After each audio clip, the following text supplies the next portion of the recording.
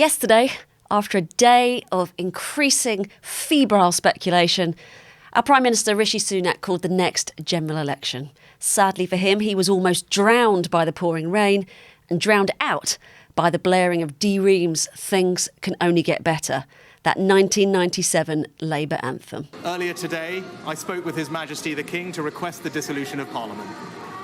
The King has granted this request, and we will have a general election on the 4th of July. Who was in Westminster yesterday? Talk me through the speculation of the day. I mean, I remember we were at a meeting yesterday morning, George, and you said it's going to be an election. And yes. I have to say, Freddie, you were rather scornful. I must say.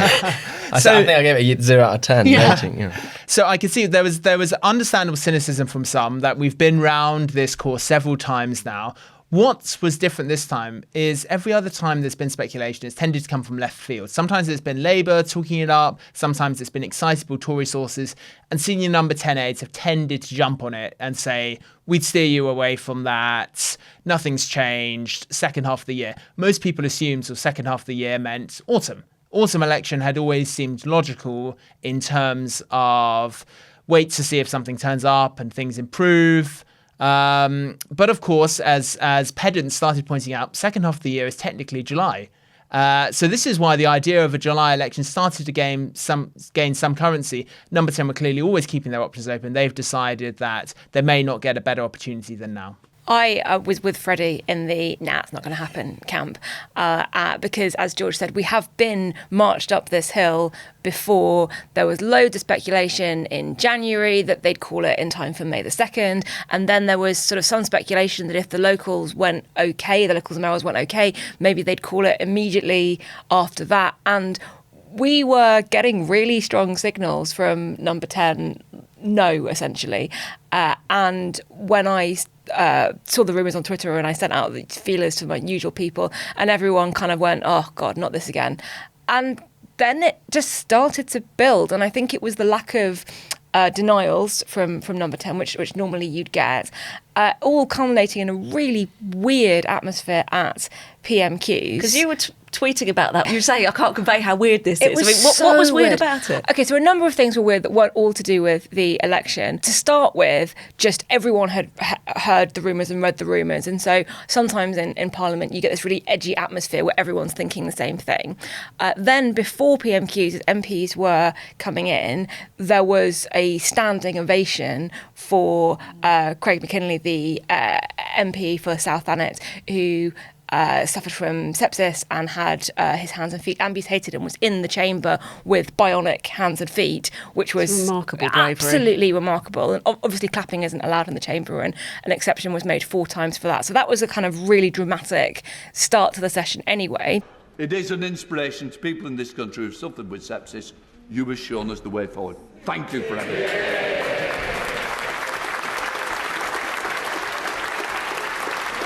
Then Keir Starmer came in and asked 6 very serious questions on the contaminated blood inquiry that actually weren't party political at all. And Rishi Sunak answered them in a very sort of straightforward way. It was very cross-party, very dignified, while all of the speculation was going on. Mr. Speaker, the infected blood scandal reflects a profound failure across almost every part of the British state. So does the Prime Minister agree with me that we will only now make real progress if we finally tackle the lack of openness, transparency and candour that Sir Brian Langstaff identified as having prolonged the victims' suffering for decades?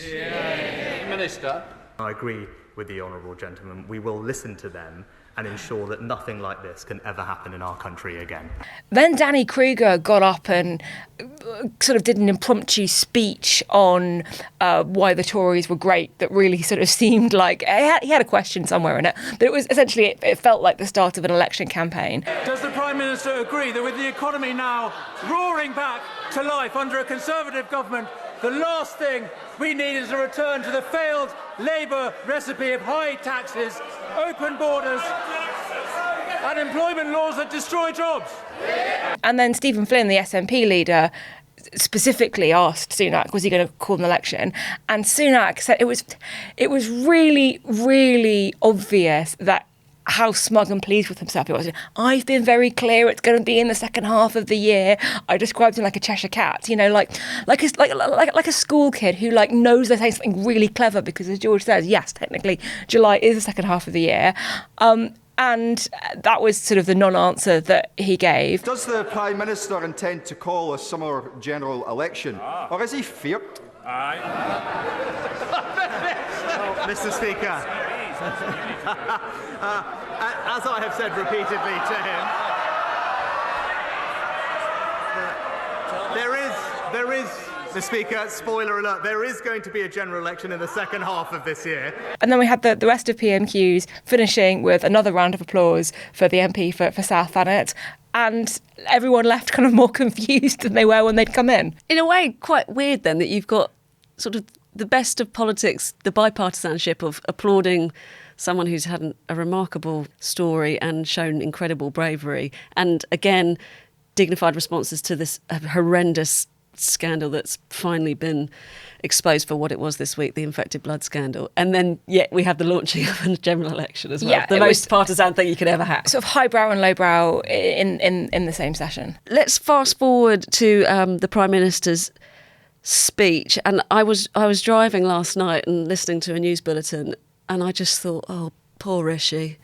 You felt sorry for him? Well, from here on in, any of those announcements, we're going to hear Ream's things can only get better, and you can't really hear him. And then as I watched it, I just thought it's comical, actually. Presumably next time he'll do it inside. It was comical, but you can't really build a general election campaign on the sympathy vote. That's the problem. It was comical. It just kept pouring. I think when he first came out, it wasn't raining as much as it was 5 minutes later, and so perhaps they thought they had a little window to do so. But it was a very strange speech. He essentially started with the pandemic, and he reminded everyone what he'd done for furlough, because as we know, that was one of the reasons that Rishi Sunak was popular during COVID. Bear in mind that was 2 years ago, and when he wasn't Prime Minister. So he was off to a poor start on that front. And then he went through the reasons why there's such rising insecurity around the world. He pointed to the Islamist threat to Russia, to global and geopolitical threats. And then he essentially said, I'm the person to protect you. That was his message. That's what I did for you in the pandemic. And that's what I'll do for you now. The problem, of course, with that is that many people associate all the insecurities that they're currently experiencing with the Conservative government. Yeah, I heard a good line from someone earlier on this, which is that referencing the furlough, it's a bit like a friend saying, oh, remember that round I got sort of years ago? It's sort of like, we've moved on from that. You can't keep trying to dine out on that. And I think voters really want to forget COVID. They want to forget that whole period. And they've got new problems. The problem is not a pandemic. The problem is crumbling public services, stagnant living standards, housing costs. Does Rishi Sunak look like he has the answer to those? No. And I think there's a two-word problem with the Conservatives trying to run on the economy. It's Liz Truss, who Labour will mention at every opportunity going, and who I don't actually think Sunak did enough to distance himself from. I mean, I know we're going to be talking about, you're going to be talking about in the podcast on Monday about British political advertising. Yeah. Well, I should say that I have only ever known the song Things Can Only Get Better as a New Labour anthem. And there's a serious security question that we might want to have, might want to talk about as a country, which is that Sunak decided to do the address outside Downing Street in the pouring rain, and the backdrop, the music, Things Can Get Better, that New Labour anthem, was being played by a protester out on the street on loudspeakers, a protester who has been around Westminster for at least 5 years now, and does play very loud music on speakers. And you could say, should we really allow that? Is that a good... It's not a security risk, is it? I mean, it's humiliating for the Prime Minister. It's not very dignified for the British state, I would suppose. I think it's the dignity aspect of it. But knowing that was a possibility, and we did know that was a possibility because he has been there for years and years and years, again, you've got the question of sort of stage management.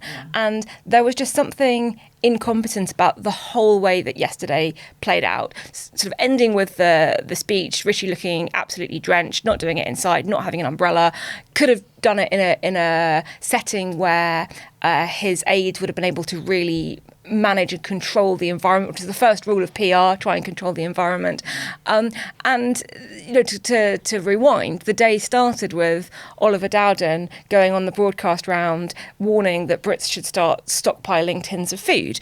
And he did have a serious point about preparedness and stuff. But again, if you want a metaphor for kicking off a general election campaign, you wouldn't have gridded that announcement on the same day that you were planning on announcing a general election. So if the vibe of this government in the last couple of months or even the last year has been kind of dysfunction and incompetence, everything that happened yesterday really cemented that feeling. Yeah.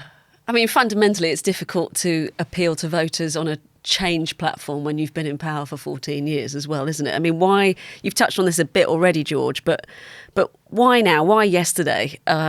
What's the tactic here? I think it's because for all those who say, look, things might be better in the autumn, things could be worse in the autumn. You've had 2 defections to Labour in recent weeks. There are rumours of more to follow. There are innumerable scandals, probably more to come. There's the party's divided. And also, this might be as good as the economic news gets. You could see inflation rise again in the autumn and winter with colder weather. They haven't got much room for tax cuts now. It doesn't actually look like there's going to be an interest rate cut soon. The GDP figures might slow down again. So if they want to fight on the economy as Rishi Sunak does, then this might be the best possible story they can tell. But I think there's something bigger, which is this is about trying to wrest the initiative back from Labour.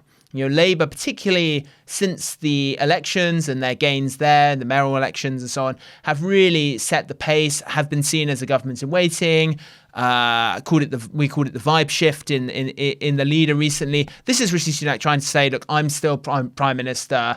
This is one of the few cards I have to play. I can decide when we have the election. Problem is, as we discussed, I think all of that was undermined by his appearance yesterday and by the Conservatives' record. If you looked at the 2 leaders yesterday, although it's Sunak who was outside Downing Street, Keir Starmer looked far more prime ministerial and composed with Union Jacks behind him. And indoors, calm, composed, sticking to Labour's message. We have a long-term plan to rebuild Britain. A plan that is ready to go, fully costed and fully funded. But most importantly of all, we do all this with a new spirit of service. Country first, party second. Yeah, it's interesting. 4 minutes into Rishi Sunak's speech, Labour had already posted on their Twitter feed their campaign video, which had obviously been prepped months in advance, which was slick. There was one typo in there, but it was slick, it was well done, it was professional. It's time for change. Britain is a great and proud country. But after 14 years under the Tories, nothing seems to work anymore. It was a message that the Tories have failed. Not great to have a typo. Sure, but I don't think that matters that much, to be honest. I think their message was quite clear.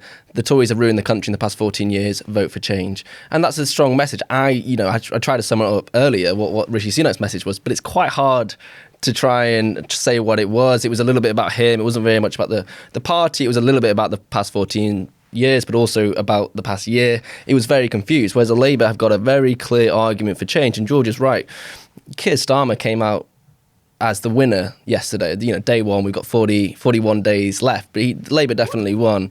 There were 2 key consequences, I think, of doing the speech as Rishi did. Because of the rain, because of the way that he handled it, he looked weak and out of control. Second, he also annoyed so many people in his party, and I think we'll come on to that.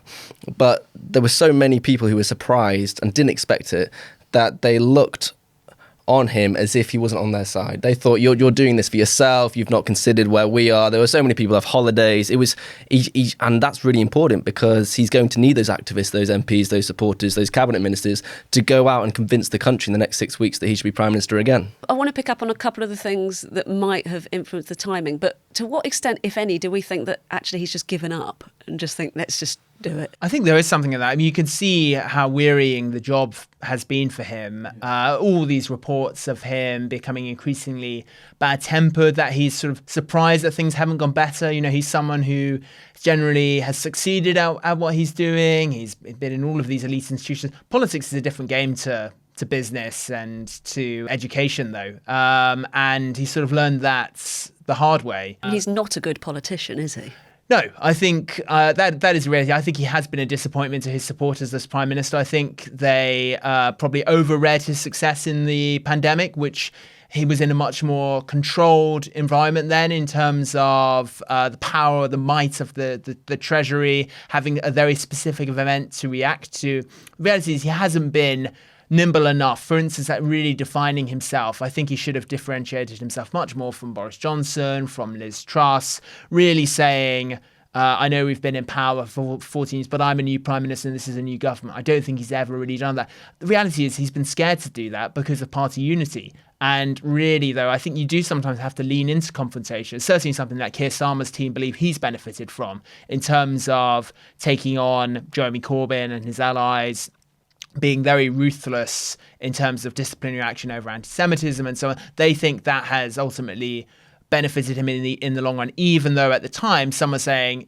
this is a disaster, you've split the party and you'll lose. Rachel, so two factors that most people are talking about that probably influence the timing. Let's start with Rwanda and the flights going off. I mean, I found it quite extraordinary, the argument, vote for me and I'll make them happen, rather, because surely if you're that convinced, then you let them happen, then you put it to the country. There's two ways of reading Rwanda. One is that even if they did take off, we know that summer is when you get many more boat crossings. And I think that they're definitely, I know that there was concern in number 10 that by September, October, the numbers will just look overwhelmingly high. And if you have a nice, warm, calm summer, then that's a story that won't go away. In the same way that if you hold an election in winter, you've got the NHS winter crisis. So that's like a seasonal political story that could be really damaging.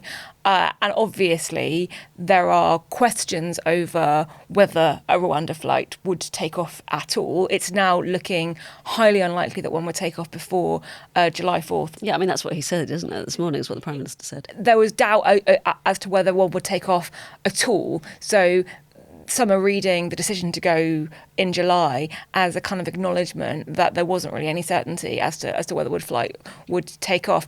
I have always thought, and a number of Conservatives that I've spoken to sort of agree, that the idea of a symbolic Rwanda flight miraculously saving the Conservatives, there isn't really any evidence of that. Even people who are very concerned about the small boat channel crossings, what they want is numbers to come down. A single flight taking off in this totemic fashion, it always felt to me like it mattered more to Rishi Sunak than it did to the people whose votes he was trying to win over. So arguably, the voters, the public, are going to be even less convinced by as an election tactic. Vote for me and you'll see the flights. I don't think they ever were. I mean, that was the problem. The public have never trusted the government on immigration, and I think they recognise that. I remember speaking to Tory sources 6 months ago, and they're saying, even if we get the flights off, we're going to make this election about the economy, because that's the top of people's concerns. It's as simple as that. Freddie, we were talking about this very briefly earlier. I mean, I'm very sceptical that the government can actually take credit for this pretty dramatic reduction in inflation, because my understanding is the Bank of England, who've been much maligned by this current government, are responsible for that target, and we've seen interest rates go up quite considerably to try and bring that inflation target down. Is it totally unrealistic for the government to be claiming credit for this? Fiscal policy, i.e. what the government does impact inflation. If you have huge amounts of tax cuts or spending, then you're going to increase demand in the economy, therefore you're going to increase how much people want to spend, and therefore you're probably going to increase prices. So I don't think when everyone comes out every single day and say it's ridiculous for the government to claim that they've had any influence over bringing inflation down, I think that's silly. And I think people just want to hate on the government when they do that. Having said that, of course, the main way in which the main lever that you can bring inflation down is through higher interest rates. But there is something that they can say. I mean, if it's a choice they could have made. For instance, if they just borrowed whatever they wanted, then invested it, yes, inflation would have increased, I think. I think more of a factor in terms of economics was the realisation that there wouldn't be fiscal headroom for another round of tax cuts in autumn, which was obviously something that Sunak and Jeremy Hunt were very, very keen on. And I think once you have accepted that you can't do another round of tax cuts in September, why would you wait is the reasoning. And I've heard from people who worked at Number 10 that this wasn't a spur of the moment decision, that it is something that they've been talking about and planning, even though you wouldn't necessarily know it from the way it played out. But for a number of weeks, certainly since the locals, those conversations have been going on. So it clearly was an option, and I think the inflation figures gave Sunak the sort of spur to go for it. But I also think that there is something in what we were saying earlier, that he has given up and seemed deflated, and it's worth pointing out that support for the Conservatives is actually dropping month on month quite notably, and so the longer you wait, things are getting worse, and I think that probably played into it too, although I'm not sure I believe Nadine Dorries, who pointed out that the school term in America starts in August, and that perhaps a former Prime Minister looking to get a glitzy job in Silicon Valley and relocate his school-aged children might be thinking about that. I think that was very funny, but I think that's probably slightly in the realms of conspiracy theory. I mean, if he wants to keep his reputation in any way intact or not blemished, he'll wait a year. Right, he's not going to go straight away, otherwise everyone will think that they've been proved right. Also, the kind of schools that he's sending his kids to, probably you're allowed to start midway through the school term. I can imagine that being okay. Just on the polling, we've got about a 20-point lead from Labour going into this. Everyone expects, now that the election's been called, for that to close, or at least we need to take account to that. It'll probably take a week or so for that field work to be done. So we can't say right now, having the election having been called, this is where we are. We'll have to wait and see. What's the mood amongst Conservative MPs? I mean, you described it yesterday as, someone said it's a shit show. I did have it described to me as a shit show. I was sort of canvassing opinions from Conservative MPs, advisors, SPADs, aides, and the main reaction, I think, was bafflement, because I know I just said that Number 10 have been talking about this and thinking about this, but in the wider party it hadn't been discussed, and actually Number 10 had sent very strong signals that people could kind of take the summer not off, but to tie up a lot of loose ends. So you've got a lot of MPs who have either said they're standing down or who know they're going to lose their seats, who kind of wanted those last couple of months to focus on constituency work, to push through some of their pet projects that they've been working on, to just say goodbye to the job, as it were. You've also got people, I know, have very limited sympathy for MPs, but you've got everyone working in their offices, some of whom are really young and quite low paid, and who are facing being out of work in 6 weeks, and who again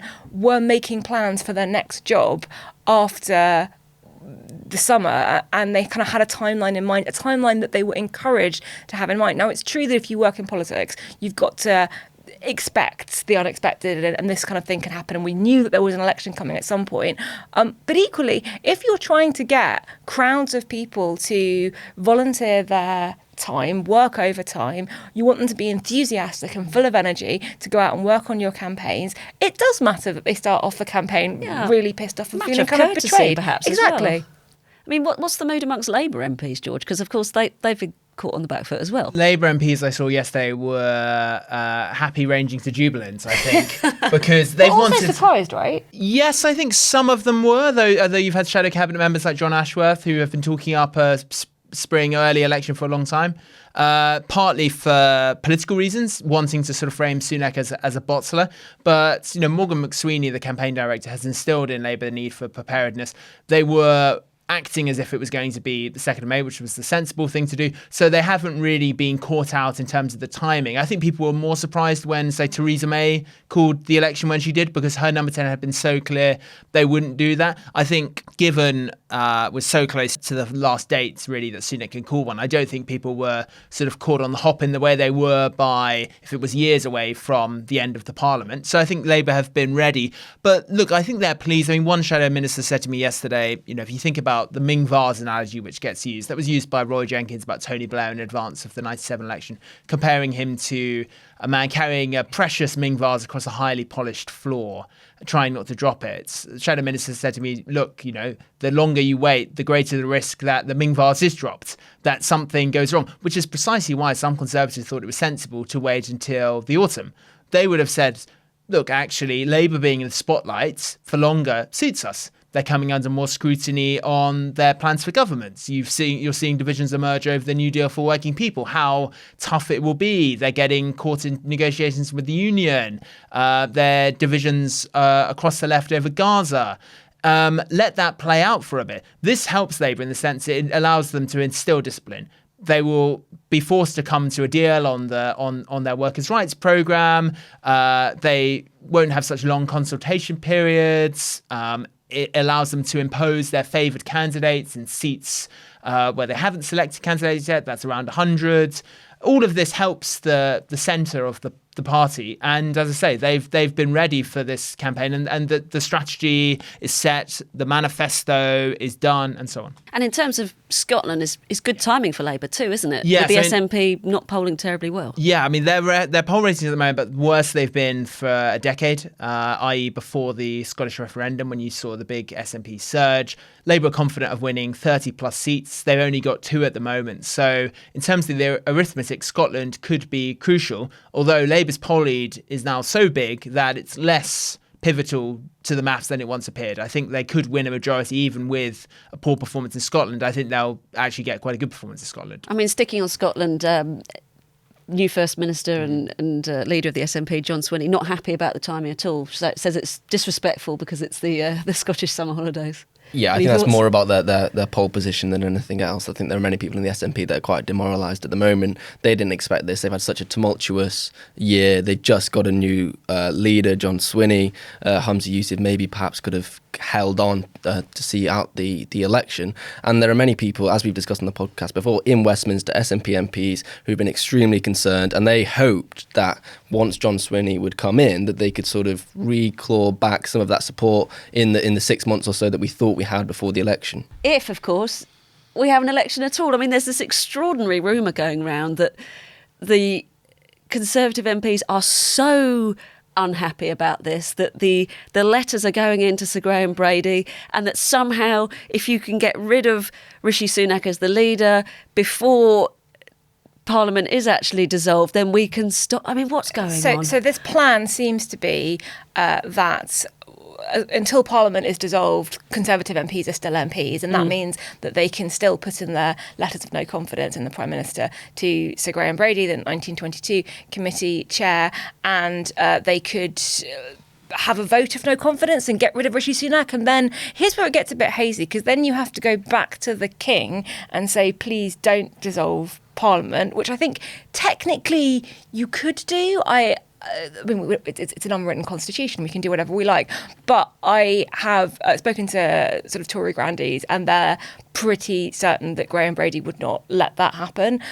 He can basically decide when to go public, and he can sort of say to people, are you sure you want to put your letter in? Also, whenever there are rumours of multiple Tory MPs doing this, and keep in mind that it's coming from sources who are quite familiar with the right of the Tory party, I do wonder whether it's 2 or 3 very vocal, very, very upset Tory MPs who are calling round everyone.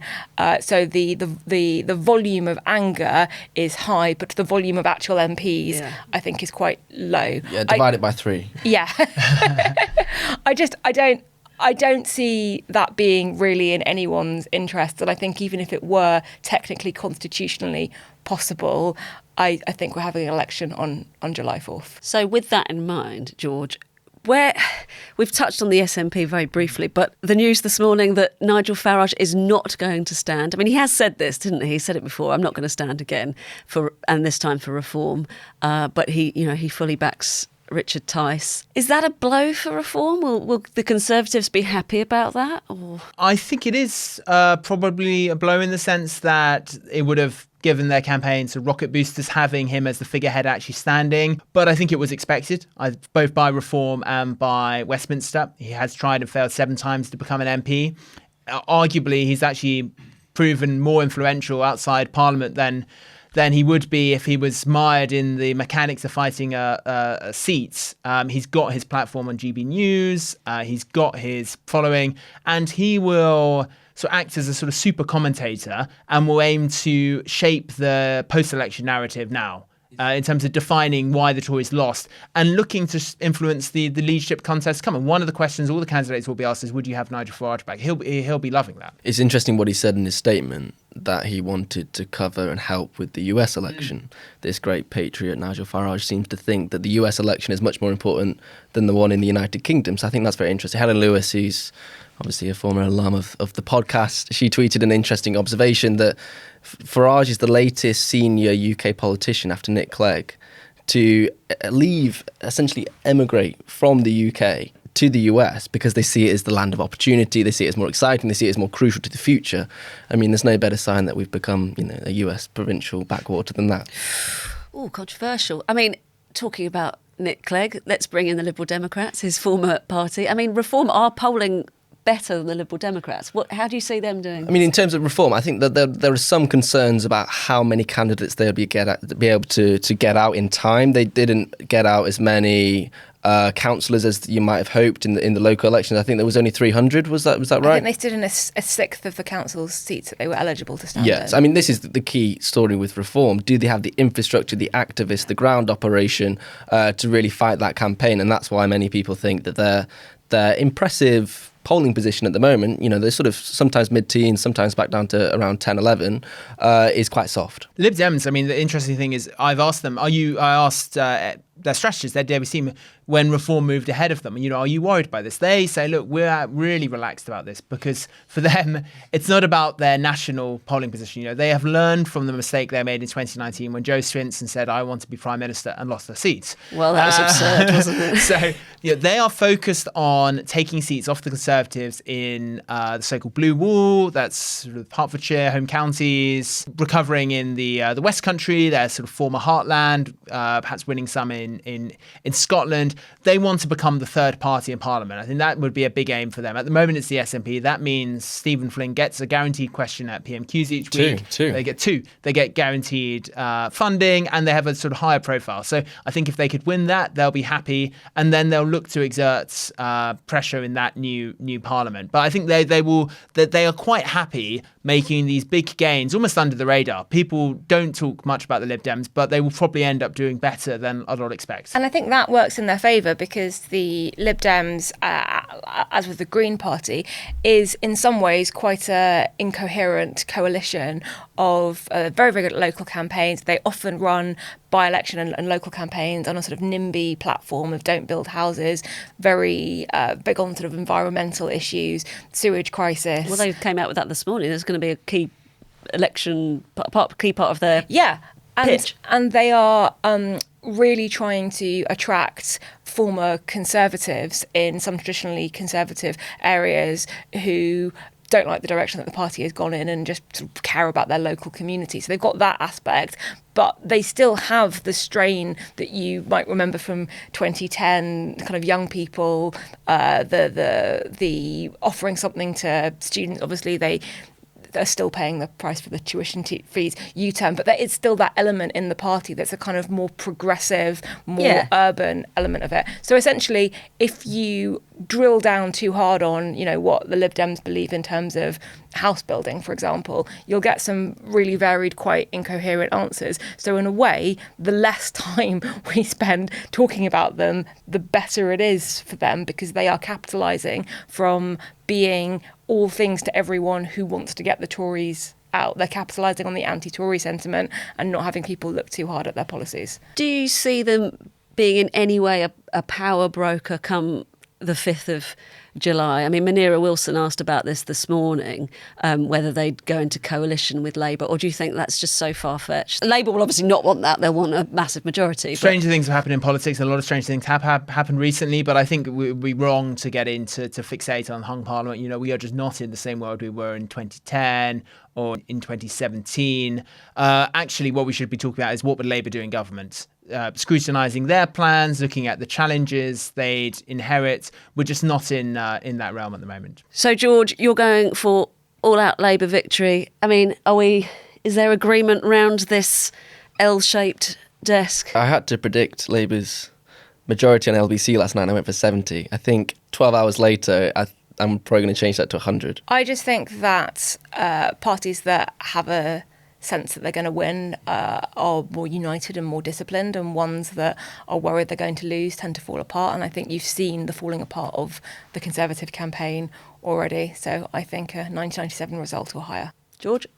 Oh, a big majority for Labour. I'd say at least 80 seats. Pretty emphatic there. I mean, just to wrap up, and for our listeners, I mean, what can we expect in the next 6 weeks apart from lots of noise? I mean, can you talk us through the timeline? What should we be looking out for? Any key dates? Well, we will have the TV debates. Rishi Sunak's keen to have as many as possible. I think Keir Starmer will probably commit to at least 2 debates. You'll have the manifesto launches. Those will be big moments in terms of the policy analysis. And then you have the unexpected moments that always come up in a campaign. It's John Prescott punching someone. It's Theresa May's, disastrous U-turn on social care policy. It's Labour's manifesto being leaked in 2017. We'll have moments like that. And there'll be moments when people insist everything's changed. Most of the time they'll be wrong, but there are moments that do change the rhythm of the campaign, and everyone is already anticipating a Labour wobble at some point. It'll be interesting. We might not get that. The polls might be very static, but there will be things that change the mood and rhythm of the campaign. The key thing is, do political leaders sort of keep a cool head at those moments and not overreact or underreact?